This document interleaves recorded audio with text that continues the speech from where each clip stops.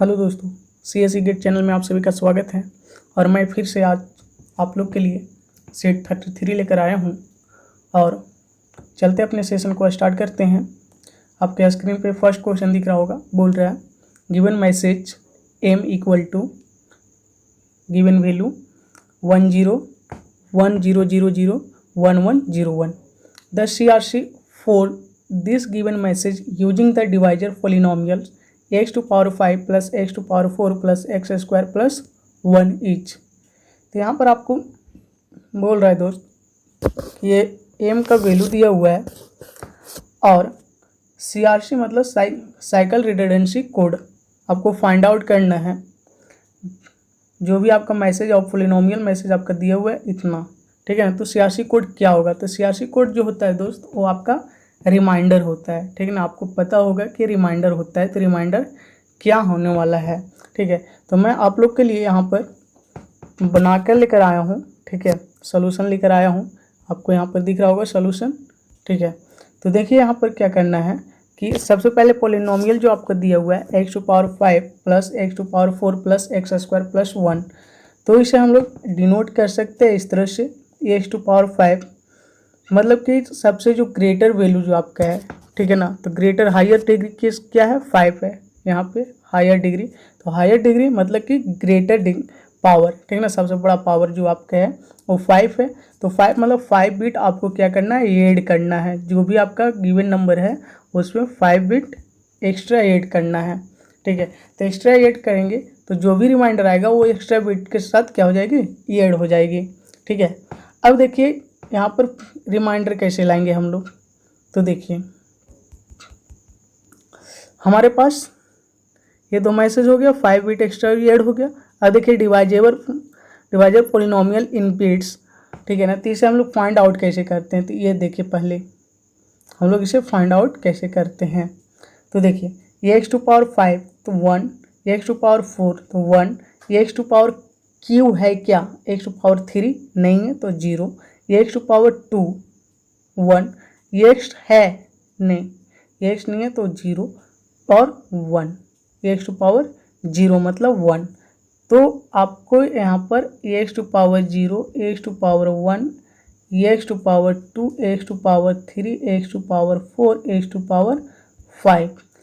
तो देखिए 1 1 not present in polynomial so 0, present in polynomial 1, not present in polynomial तो 0 और प्रेजेंट इन पोलिनोमियल 1। तो ये जो वैल्यू आपका आ गया यहाँ 110101, तो ये हो गया आपका डिवाइजेबल। तो ये इससे हम डिवाइड करते हैं, जितना भी डिवाइड है, ठीक है ना। डिवाइड करने के बाद आपका जो वैल्यू आता है वो आता है आपका 0110, ठीक है।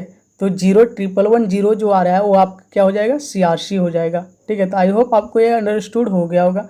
नेक्स्ट यहाँ पे आपका B करेक्ट हो जाता है, ठीक है। तो चलते हैं अगले क्वेश्चन के पास, क्वेश्चन नंबर 2।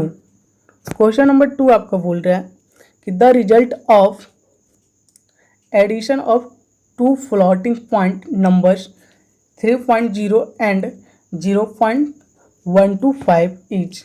तो यहाँ पर देखिए सबसे पहले तो n1 मान लेते हैं 3.0 और n2 लेट कर लेते हैं 0.125। आफ्टर दैट लेट हम लोग क्या करेंगे कि n1 plus n2 equal to n, ठीक है, लिख सकते हैं। अब देखिए क्या करना है, अब जैसे जब आप ऐड करिएगा तो वैल्यू क्या आ जाएगी? 3.125। तो ये वैल्यू आपका क्या है? डेसिमल में है। डेसिमल से इसको क्या कर दीजिए? बाइनरी में कन्वर्ट कर दीजिए। बाइनरी में जब आप कन्वर्ट करेंगे तो ये वैल्यू आ जाएगा 110001। ये आपका वैल्यू आएगा फाइनली। तो ये जो आपका आ गया बाइनरी में आ गया। बाइनरी में आने के बाद हमें क्या करना है? इसे रिप्रेजेंट करना है इस फॉर्म में, ठीक है, जो आपका ऑप्शन में दिया हुआ है। अब उस टाइप से जब आपको रिप्रेजेंट करना है तो क्या करेंगे कि ये जो वैल्यू है डेसिमल बाइनरी फॉर्म 11.001, तो इसे हम लोग क्या करेंगे, जो पॉइंट आपको ये दिख रहा है, पॉइंट को अब क्या करेंगे, राइट शिफ्ट करेंगे। तो पॉइंट को राइट शिफ्ट करेंगे तो कितने बिट, 2 बिट राइट शिफ्ट कर रहे हैं, तो 2 बिट राइट शिफ्ट कर रहे हैं। तो इसको हम लोग इस तरह से लिखते हैं 2^2। और जो पावर जो होती है वो जितने बिट हम राइट शिफ्ट करते हैं उतना का पावर हो जाता है। तो 2 बिट राइट शिफ्ट किए तो 2 पावर हो गया, 2^2। पॉइंट देंगे, अब पॉइंट यहाँ पर आ गया आपका, तो पॉइंट अब क्या हो जाएगा, 11001 हो गया। अब देखिए हम लोग ये जो पावर 2 है उसको हम लोग फिर से अगेन बाइनरी में किसे कन्वर्ट कर देंगे। तो 2^2 को करेंगे तो 010.11001 हो जाएगा। तो ये आपका फाइनली आंसर आ गया कि 2^010.11001। ठीक है ना। तो ये जो आपका ऑप्शन ए जो मिल रहा है वो आपका करेक्ट है। ठीक है, तो यहाँ पर वैल्यू 0 बाद में भी दीजिएगा तो कोई फ़र्क पड़ने वाला नहीं है, पॉइंट के बाद 0 आप दे सकते हैं। ठीक है, तो यहाँ पर ऑप्शन ए करेक्ट हो जाता है। ठीक है, तो आपको तरीका समझ में आ गया होगा कि किस तरह से हम लोग बनाते हैं। चलते हैं नेक्स्ट क्वेश्चन नंबर 3 पे। क्वेश्चन नंबर 3 आपका बोल रहा है, assume that a merge sort algorithm in the roast case takes 30 nanoseconds for an input of size 64. Which of the following most closely approximate the maximum input size of a problem that can be solved in 6 minutes? आपको 30 second का value दिया हुआ है 64 और 6 minute की value को आपको demand कर रहा। ठीक है, तो देखिए यहाँ पर हम किस तरह से इसे सोल्व करते हैं। तो देखिए यहाँ पर आपका वैल्यू आपको पता है कि time complexity of merge sort is order of n log n। ठीक है ना, तो टाइम कम्प्लेक्सिटी जब हम लोग इसका निकालेंगे, time complexity of merge sort ये होता है आपका order of n log n। इतना तो आपको पता होनी चाहिए। इतना पता है तो फिर देखिए यहाँ से हम एक फार्मूला होता है कि इसे किस तरह से हम लोग n की वैल्यू को फाइंड आउट करते हैं। तो c into C, where c is constant, time complexity n log n equal to time, where n is input size, n is input size. अब देखिए यहाँ पर c का वैल्यू नहीं दिया हुआ है और n की वैल्यू आपको दिया हुआ है। n की वैल्यू आपके 64 इनपुट साइज यहाँ पे गिवन है और टाइम भी आपका गिवन है इसके लिए 64 इनपुट के लिए 30। तब जब आपका n का वैल्यू दिया हुआ है, टाइम दिया हुआ है, तो क्या c का वैल्यू नहीं निकल जाएगा, इजीली फाइंड आउट हो जाएगा। और जब इजीली फाइंड आउट होने के बाद फिर अगेन हमें n की वैल्यू निकालना है, मैक्सिमम इनपुट साइज आपको फाइंड आउट करनी है। तो n की वैल्यू फाइंड आउट करनी है कि c का वैल्यू यहाँ से फाइंड आउट हो जाएगा। ठीक है, और टाइम आपका गिवन है 6 मिनट, तो देन आपकी n की वैल्यू को फाइंड आउट करना है। तो n वैल्यू आप वहाँ से फाइंड आउट इजीली कर सकते हैं। चलिए कुछ और आगे हिंट दे देते हैं आपको। ठीक है, यहाँ तक आपको अंडरस्टूड हो गया होगा फार्मूला। चलते हैं नेक्स्ट। इसको हम लोग क्या करते हैं, सी अस्ट्रिक्ट n की वैल्यू 64, तो 64 log 64 इक्वल टू 30। अब यहाँ से जब इसे फाइंड आउट करिएगा तो क्या आ जाएगा आपका 64 इंटू 2^6 मतलब कि 6 इक्वल टू 30। इसे आप कट आउट कैंसिल करिएगा तो 5, c equal to 5/64। Got it. Next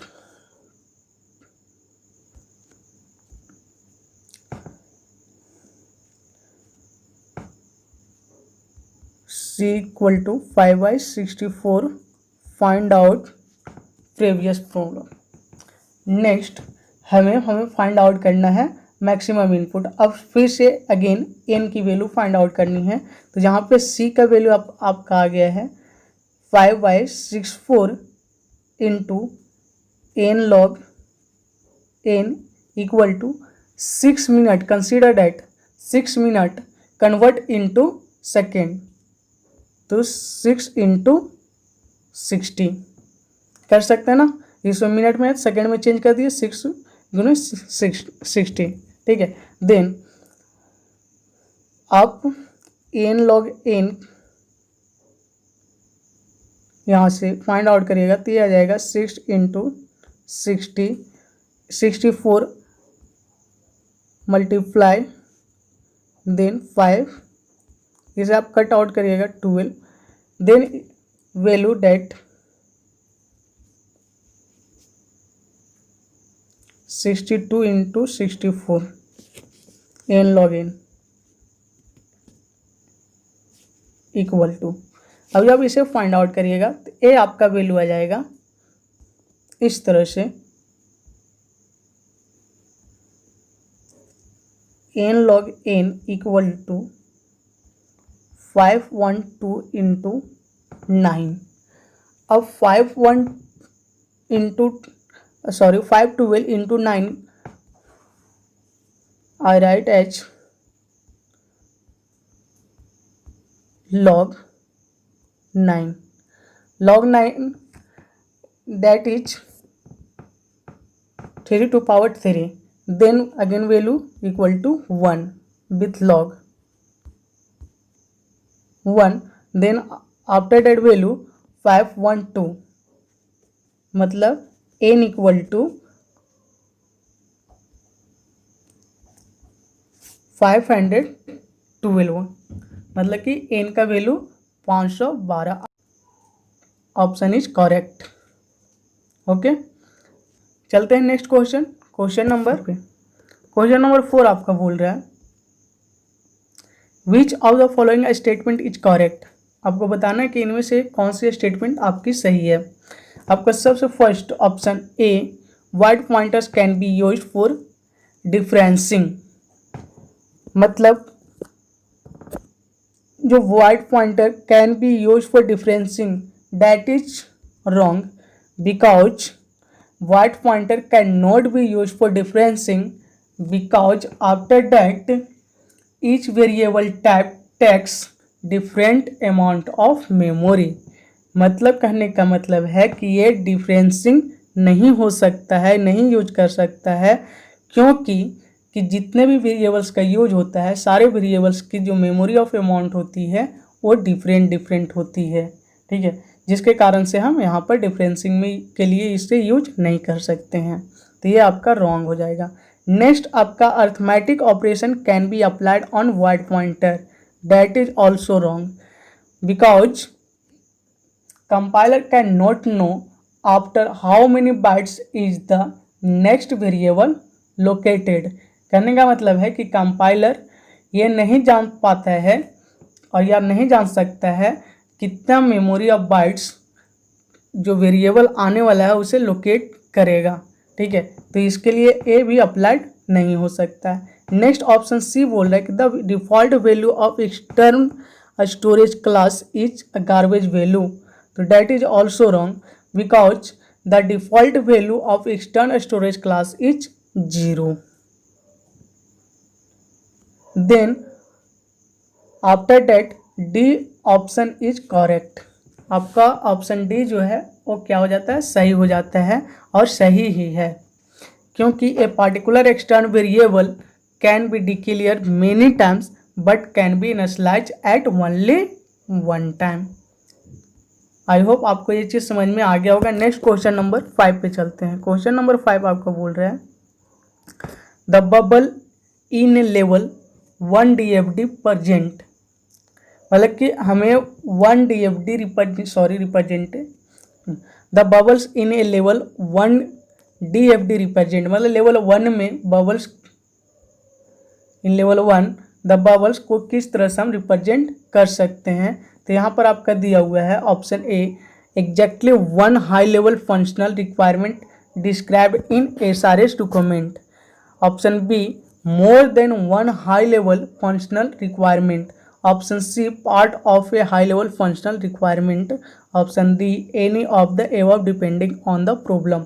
तो मैं बता दूं आपको कि लेवल 1 में जो DFD रिप्रेजेंट करते हैं, तो वो आपका फंक्शनल रिक्वायरमेंट के according, high level functional requirement के अकॉर्डिंग ये आपका डिपेंड करता है प्रॉब्लम पे कि किस तरह का आपका प्रॉब्लम है और उस तरह से रिप्रेजेंट करता है। तो कहने का मतलब है ये एग्जैक्टली 1 हाई लेवल फंक्शनल को भी रिप्रेजेंट कर सकता है, more than 1 high level functional requirement को भी रिप्रेजेंट कर सकता है और part of high level functional requirement को भी रिप्रेजेंट कर सकता है। तो यहाँ पर आपका ऑप्शन डी करेक्ट होता है। नेक्स्ट क्वेश्चन नंबर 6 पे चलते हैं। क्वेश्चन नंबर 6 बोल रहा है कि ये channel has a bit rate of 5 Gbps and propagation delay 225 microsecond, यहाँ पर यूएस नहीं माइक्रोसेकेंड है। If 2500 bits frame size is used, then what is the efficiency of sliding window protocol with a window size of 325? तो आपका यहाँ पर दिया हुआ है bit rate as a bandwidth. आपने पिछले वाले वीडियो देखे होंगे तो उसमें ये सारी चीज़ को डिक्लेयर किए थे, ठीक है ना। एंड प्रोपोगेशन डिले आपको दिया हुआ है 225 माइक्रोसेकेंड और फ्रेम साइज आपका दिया हुआ है 2500 and also find out efficiency of sliding window. आपको फाइंड आउट करना है efficiency of sliding window protocol with window size 325। आपका विंडो साइज भी दिया हुआ है। तो देखिए हम आपको बता दें कि इफिशियंसी ऑफ स्लाइडिंग दो तरीका का हो सकता है। जब आपका window of slide efficiency of sliding window जब आपका 1 होगा तो 1 तभी होगा जब n की वैल्यू ग्रेटर होगा 2a+1 से। मतलब कि 2a+1 से n की वैल्यू आपकी ग्रेटर होगी तब इस efficiency of sliding window is 1। Efficiency of sliding Windows is n/2a+1 if n less than 2a+1। मतलब कि n की वैल्यू 2a+1 से लेस होगा तब efficiency of sliding window n/2a+1 होगा। ठीक है, तो यहाँ तक आपको समझ में आ गया होगा कि efficiency of sliding window protocol जो होता है वो 2 हो सकता है, या तो 1 हो सकता है या तो n/2a+1 हो सकता है। तो कब हो सकता है 1 कब हो सकता है? जब n की वैल्यू, n क्या है तो n विंडो साइज, n आपका क्या है नथिंग बट विंडो साइज, और a क्या, a की वैल्यू क्या होती है propagation delay but by transmission delay. ठीक है, तो 2a+1 की वैल्यू जब लेस होगी किससे, n से, मतलब कि n ग्रेटर होगा 2a+1 से तब इफिशियंसी ऑफ स्लाइडिंग विंडो 1, और जब n की वैल्यू लेस होगा 2a+1 से तब efficiency of sliding window n/2a+1 होगा। तो यहाँ तक आपको समझ में आ गया होगा। चलते हैं आगे नेक्स्ट। अब यहाँ से n जो आपका है विंडो साइज और ये क्या है TP/TX, मतलब कि propagation delay by transmission delay. तो n की वैल्यू आपका दिया हुआ है 375, आपका TP का वैल्यू दिया हुआ है प्रोपोगेशन डिले 225 माइक्रोसेकेंड दिया हुआ है। इसे हम लोग सेकेंड में चेंज कर लेंगे तो ये हो जाएगा आपका 225 × 10⁻⁻6 सेकेंड। ठीक है, एल की वैल्यू मतलब कि फ्रेम ऑफ साइज दिया हुआ है आपका 2500 और आपका बी का वैल्यू दिया हुआ है बीट रेट मतलब बैंडविड्थ आपका दिया हुआ है 5 Gbps। और जब हम इसे बीट बीट पर सेकेंड में चेंज करेंगे तो इंटू 10⁻9 bps हो जाएगा, मतलब बीट पर सेकेंड। ठीक है, तो यहाँ तक आपको समझ में आ गया होगा। अब हमें सबसे पहले क्या निकालना है, tx, क्योंकि tx यहाँ पर आपको दिखाई नहीं दे रहा है। तो tx क्या होता है, tx निकालेंगे तब आपका a की वैल्यू निकलेगी। ठीक है, तो उसके लिए आपको tx मतलब ट्रांसमिशन डिले निकालना है। तो tx इक्वल टू होता है आपका L/B, L/B मतलब फ्रेम साइज बटा बैंडविड्थ बीट रेट। तो L की वैल्यू आपका 2500 और B का वैल्यू आपका दिया हो 5 × 10⁻9। जब इसे आप कैलकुलेट करिएगा तो ये तो 500 टाइम्स कैंसिल होगा। अब 500 × 10⁻9 आप ऊपर जाने के बाद -9 हो जाएगा। ठीक है, तो आपको यहाँ पर समझ में आ गया।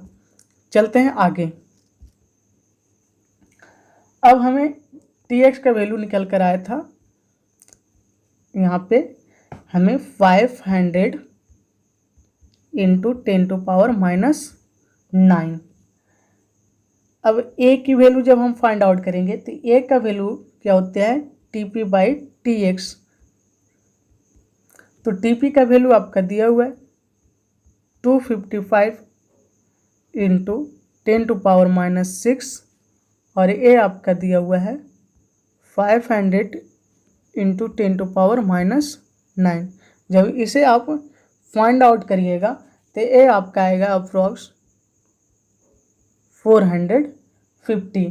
तो 450 a का वैल्यू, जब a का वैल्यू ही आपका 450 तो 2a+1 की वैल्यू क्या और ज़्यादा हो सकता है, तो और ज़्यादा हो जाएगा। तो मतलब कि विंडो साइज से ढेर बड़ा हो जाएगा, ग्रेटर होगा। ठीक है ना, तो आपका ग्रेटर तो मतलब कि n की वैल्यू क्या होगी, लेस होगी 2a+1 से लेस होगी। तो कौन सा फॉर्मूला लगेगा, n/2a+1। ठीक है, तो अब लगा देते हैं फार्मूला, क्योंकि हमें तो वही तो इफिशियंसी ऑफ स्लाइडिंग विंडोज निकालना था। तो इफिशियंसी इक्वल टू हो जाएगा n/2a+1, क्योंकि n लेस देन 2a+1 है। ठीक है, अब n की वैल्यू आपका यहाँ पर दिया हुआ है 375। 2a का वैल्यू अभी आया 450 + 1। अब इसे जब आप फाइंड आउट करिएगा तो अप्रॉक्स 0.4162 आएगा।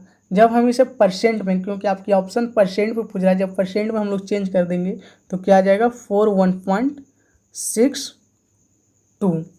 तो यहाँ पर आपका ऑप्शन डी करेक्ट हो जाता है। तो आई होप आपको ये चीज़ समझ में आ गया होगा। ठीक है दोस्त, चलते हैं नेक्स्ट क्वेश्चन नंबर 7 पे। क्वेश्चन नंबर 7 से पहले मैं आप लोग से रिक्वेस्ट करना चाहता हूँ कि इतना मेहनत करने के बाद आप लोग को थोड़ी सी तो लाइक तो बनती है। आप लाइक करें, सब्सक्राइब करें ज़रूर मेरे चैनल को, और जितना हो सके आप शेयर ज़रूर करें दोस्त, क्योंकि आप जितना मज़ा से पढ़ रहे हैं और जितना आप हमसे हेल्प ले रहे हैं तो उतना आप अपने दोस्तों को भी हेल्प करिए। ठीक है, क्योंकि आपका हो सकता है कि इस वीडियो शेयर करने से किसी और का भी भलाई हो सकता है। चलते हैं question number 7। Which application layer protocol uses EHLO command, मतलब कि EHLO कमांड का यूज कौन करता है एप्लीकेशन लेयर प्रोटोकॉल पे। ठीक है ना, तो मैं बता दूं कि यहाँ पर जो EHLO का कमांड का जो यूज करता है वो करता है ESMTP, मतलब extended simple mail transfer protocol. ठीक है, EHLO मैं बता दूं कि सिंपल सा इसका मतलब होता है हेलो।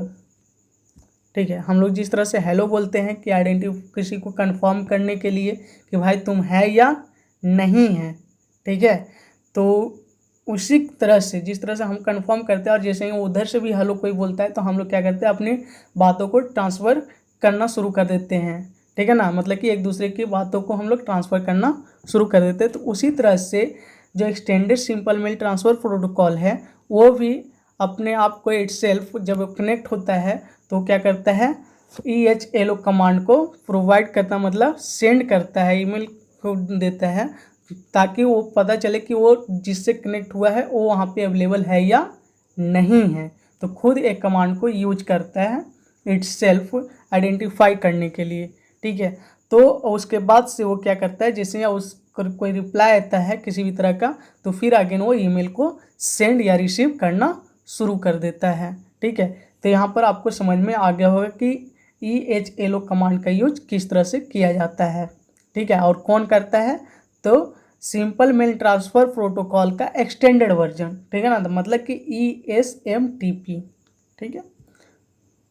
नेक्स्ट क्वेश्चन नंबर 8 पे चलते हैं। क्वेश्चन नंबर 8 आपका बोलता है कि टाइम टू लीव मतलब TTL field in the IP datagram is used. तो आपका TTL फील्ड जो होता है वो IP डेटाग्राम यूज करता है किस लिए, तो टू प्रिवेंट पैकेट लूपिंग। तो प्रिवेंट पैकेट लूपिंग के लिए यूज किया जाता है। ये क्या होता है, सबसे पहले मैं बता दूं कि TTL का यूज कहाँ पे होता है, ठीक है ना। तो TTL मतलब time to live is 8 bit field, कितने बिट, तो 8 बिट फील्ड, मतलब 8 बिट फील्ड का ये यूज करता है। प्रेजेंट इन IPv4 हेडर, कहाँ पे, IPv4 हेडर के पास, ठीक है, हेडर। इसकी जो रेंज होती है, रेंज भी पूछ देता है, रेंज जो होती है 0 to 2n-1, 2n-1, ठीक है। तो ये इसका रेंज होता है। तो आई होप आपको ये चीज़ समझ में आ गया होगा। आगे चलते हैं कि ये जो प्रिवेंट करता है, तो किसको प्रिवेंट करता है, जो पैकेट लूपिंग, जो मतलब कि सर्कुलेटिंग इंडेफिनेटली, जो मतलब कि कहने का मतलब है कि जो बार बार लूपिंग हो रहा है उससे ये क्या करता है, प्रिवेंट करता है, ठीक है। तो इसलिए इसको बोला गया है टू प्रिवेंट पैकेट लूपिंग। तो ऑप्शन बी आपका करेक्ट होता है। नेक्स्ट क्वेश्चन नंबर 9 पे चलते हैं। क्वेश्चन नंबर 9 आपका बोल रहा है कि identify the total number of tokens in the given statement print F A modulo B equal address I, ठीक है। तो यहाँ पर आपका एक कोड दिया हुआ है, ठीक है ना। इस कोड में बताना कि कितने टोकन्स को आइडेंटिफाई करेगा। तो टोकन्स को आइडेंटिफाई कौन करता है भाई, तो लेक्सिकल एनालिसिस, आपको पता है, ठीक है ना। तो देखिए कितने टोकन्स को एक काउंट करके बताएगा। तो प्रिंट एफ आपका फर्स्ट टोकन हो गया, फिर ए आपका पैरेंथेसिस दूसरा टोकन्स हो गया, फिर आपका इन्वर्टेड ओपन इन्वर्टेड, तो ओपन इन्वर्टेड आपका थर्ड टोकन्स हो गया। फिर इन्वर्टेड कॉमा में जितने भी रहते हैं उसको हम लोग एक मानते हैं। कितना मानते हैं, इन्वर्टेड कॉमा में कुछ भी रह जाए, कुछ भी, एनीथिंग, ऑलवेज टोकन्स इज 1। मतलब कि इस इन्वर्टेड कॉमा में जितने भी वैल्यू है उसको टोकन्स में रिप्रेजेंट करने के लिए मात्र 1 टोकन्स उसे काउंट करता है lexical analysis. Again comma, another tokens, address and percent जो है वो आपका another tokens and I another tokens, that is 1 2 3 4 5 6 7 8, मतलब कि टोटल 8 टोकन्स आपके पास यहाँ अवेलेबल है, ठीक है। तो ये चीज़ आपको समझ में आ गया होगा, क्योंकि आपका देखने में बहुत इजी लगता है लेकिन लोग क्या करते हैं, ये टोटल काउंट कर लेते हैं। जैसे कहने का मतलब है कि जो नहीं जानता है उसके अनुसार मैं यहाँ पर बताना चाहता हूँ, तो वो क्या करेंगे, 1 2 3 4 5 6 7 8 9 10 11 12 13 और 13 को मार कर 13 को मार कर क्या करेंगे, चले आएंगे, ठीक है। तो जो कि आपका आंसर गलत हो जाएगा, ठीक है। तो मैं अब ये आपको बता दिया कि इन्वर्टेड कॉमा में जितने भी वैल्यू रहेंगे उसको हम 1 टोकन्स मानेंगे। ये ना कि इन्वर्टेड कॉमा और ओपन अलग और क्लोज अलग, इसे पैरेंथेसिस की तरह नहीं लेना है, ठीक है ना। तो इसे हम लोग क्या करेंगे, 1 टोकन से रिप्रेजेंट करता है, तो इसलिए 1 ही काउंट करेंगे, ठीक है। और फिर अदर जो भी आपका वैल्यू आ रहा है उसको अनदर टोकन्स को रिप्रेजेंट करेंगे। ठीक है, तो यहाँ पर आपका जो आंसर होगा वो 13 नहीं बल्कि 8 होगा। ठीक है, चलते हैं नेक्स्ट क्वेश्चन नंबर 10 पे। क्वेश्चन नंबर 10 आपका बोल रहा है कैपेसिटी मिस ऑकर्स इन। तो कैपेसिटी आपका मिस ऑकर्स होता है किस में? डायरेक्ट मैपिंग में, फुल्ली एसोसिएटिव मैपिंग में, के वे सेट एसोसिएटिव मैपिंग में। तो मैं बता दूं कि जो कैपेसिटी मिस ऑकर्स होते हैं वो आपका तीनों में होता है। डायरेक्ट मैपिंग में भी होती है, फुली एसोसिएटिव मैपिंग में होती है, के वे सेट एसोसिएटिव मैपिंग में होती है। बिकॉज की capacity miss occurs in all block placement strategy, that is cache memory is not located all data in cache memory which is needed। कहने का मतलब है कि जो भी आपके डेटा ज़रूरत है वो सारे डेटा को कैच मेमोरी में नहीं रख सकता है। ठीक है, तो जिसके कारण से वहाँ पर मिस होना नेसेसरी हो जाता है, और जब मिस होता है तब जाकर वो फिर सेकेंडरी मेमोरी के पास जाता है। ठीक है, तो यहाँ पर आपका मिस पूछ रहा है कि किस में मिस होगा, कहाँ पर ऑकर होगा। तो ये तीनों में ऑकर्स होता है। ठीक है ना, डायरेक्ट मैपिंग में भी, फुल्ली एसोसिएटिव मैपिंग में भी, और केवे सेट एसोसिएटिव मैपिंग में भी। तो यहाँ पर ऑप्शन आपका डी करेक्ट होता है। आई होप आपको ये वीडियो बहुत ही अच्छा लगा होगा। ठीक है, आपको समझ में भी पूरा आया होगा। तो आप यदि पूरा समझ में आता है आपको तो आप शेयर करें, लाइक करें, कमेंट करें। किसी भी तरह का दिक्कत हो तो कमेंट ज़रूर करें, और किसी भी तरह का सजेशन हो तो उसे भी आप हमें कमेंट करें। जिस तरह से एक दोस्त ने हमें कमेंट किया कि सर आप इंग्लिश पढ़ाइए, मैंने आपका चैनल को सब्सक्राइब भी कर दिया है, लाइक भी कर दिया है, और बेल आइकन को भी प्रेस कर दिया है, तो आप प्लीज़ हमें इंग्लिश में। तो मैं कोशिश करूँगा और करते ही हैं कि सारा चीज़ तो इंग्लिश में ही होती है, बस लैंग्वेज आपकी हिंदी होती है। तो आप वहाँ से इजीली अंडरस्टूड कर देते हैं, इतना भी डिफ़िकल्ट नहीं होती है कि आप वहाँ से समझ नहीं सकते हैं। ठीक है ना, तो आप वहाँ से इजीली समझ सकते हैं। तो आप इस वीडियो को देखें, आपकी सारी चीज़ तो इंग्लिश में ही होती है, बट लैंग्वेज प्रॉब्लम होती है, तो आप वहाँ पर आप थोड़ा सा मैनेज करिए, आप इजीली अंडरस्टूड हो जाएगा। ठीक है, और कोशिश करूँगा कि कुछ वर्ड आपको इंग्लिश में ही।